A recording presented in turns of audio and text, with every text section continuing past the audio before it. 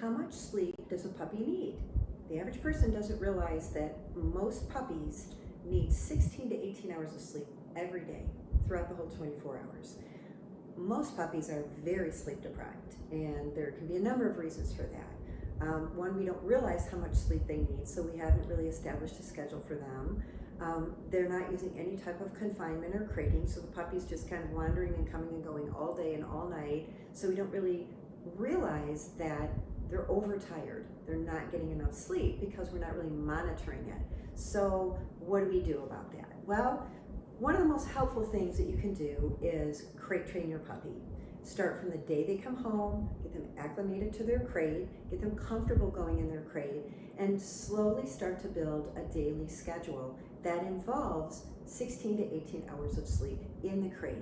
At my home with my puppies, they take every nap, they eat every meal in their crate, they sleep at night in their crate, and their crate is in an open part of our home where we always are hanging out. It's just in our sunroom, which is right back here. So we're in here, we're in the kitchen, we're moving around. They can always see people. They're not isolated. Sometimes I'll even pull it into my family room if if it's a puppy who really needs to have a little more time around us. I'll just move a crate in the room where they can see us all the time, not just when we're moving around that part of the house.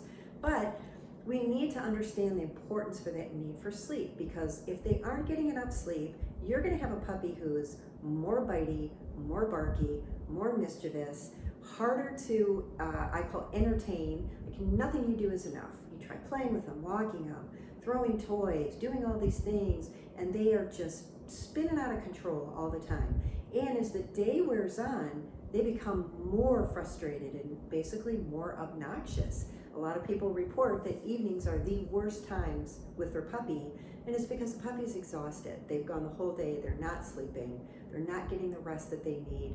Therefore, we're not getting a break, and a lot of people are feeling frustrated and overwhelmed. I had people tell me, I haven't taken a shower in days because I'm chasing this puppy. We want to make sure that we're getting them on a schedule so that we can stay on our schedule. And the way I look at it is, as the days go by, our schedule and their schedule need to start to merge together. We're slowly bringing them into our day-to-day schedule. We don't bring them home and expect them to immediately adapt to our day-to-day routine. It's not going to happen. But we want to work on that over the first couple of weeks and allow them time to adjust to our home and the routine and being in the crate and getting enough sleep. So what should the routine look like for a puppy? They wake up in the morning, they come out of their crate, go to the bathroom, they eat, they spend 1 hour at least of supervised time with someone in the home.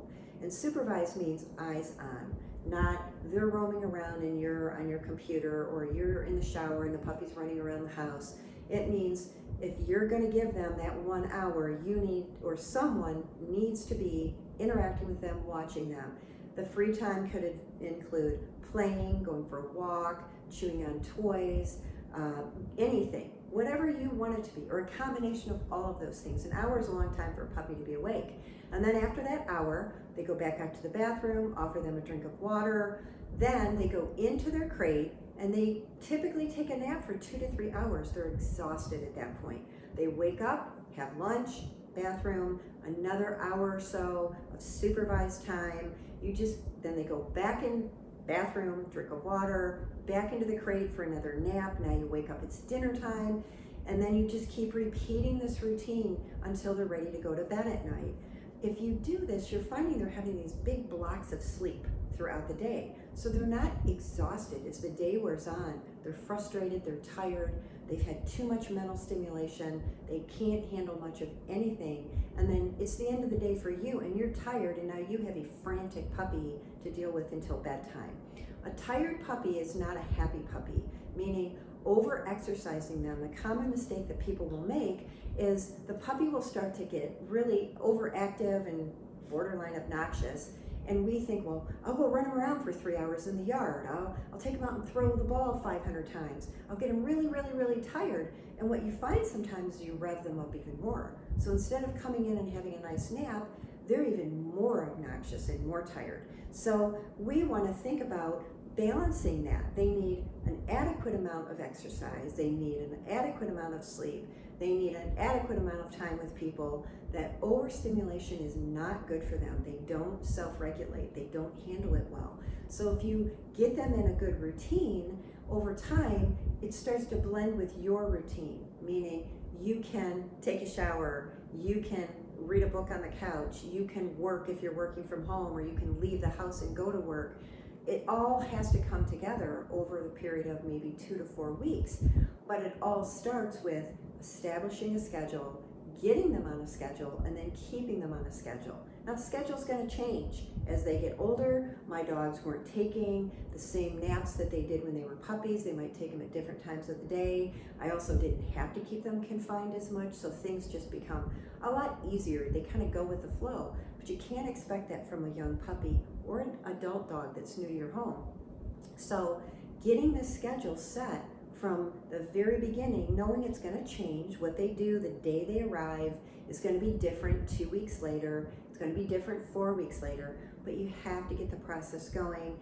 Everybody that's in your home or is involved with caring for your puppy needs to be involved in this. They need to be a part of it so that everybody's on the same page and people aren't doing, one person's doing one thing and someone else is doing another. The worst thing that can happen is you just turn the puppy loose. They're exhausted, they're tired, you never know how much they're sleeping. Things unravel pretty quickly, and you don't end up with a happy puppy. You end up with a really stressed out puppy, which makes people very stressed out. So think about it from, when they're coming home, talk to the people who are involved in caring for them, people who live in your home.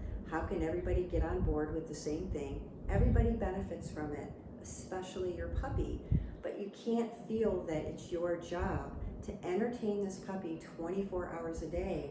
One, that's just too much overstimulation for a puppy. No puppy wants that, and they really don't enjoy it.